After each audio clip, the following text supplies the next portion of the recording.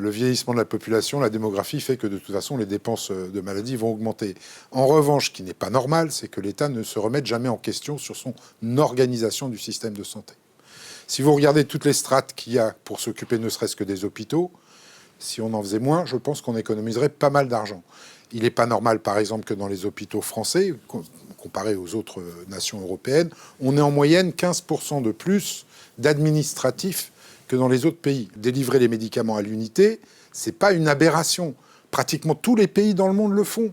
Et nous, on le fait pas. Pourquoi ? C'est-à-dire, pour la durée du traitement, vous donnez juste la dose du médicament. Et ben voilà. Et ce qui évite d'avoir des plaquettes où il reste 3-4 médicaments voilà, qu'on utilise. Ça évite ça évite que vous encombriez vos tiroirs. Je ne connais pas un foyer français qui n'a pas un tiroir plein de boîtes de médicaments qui ne serviront à rien et dont la plupart, d'ailleurs, oublient de les ramener à la pharmacie. Donc ça, c'est une mesure de bon sens, Bruno Millienne. Mais il y en a plein porté comme quand vous ça. étiez député. Pourquoi ça n'a jamais vu le jour ? Parce que le lobby des laboratoires pharmaceutiques, le lobby des pharmaciens, parce que la rémunération des pharmaciens, par exemple, elle est faite au nombre de boîtes vendues. Il faut donc peut-être travailler avec eux pour trouver une autre forme de rémunération. L'État ne se remet jamais en question et fait porter finalement les dépenses inutiles qu'il produit.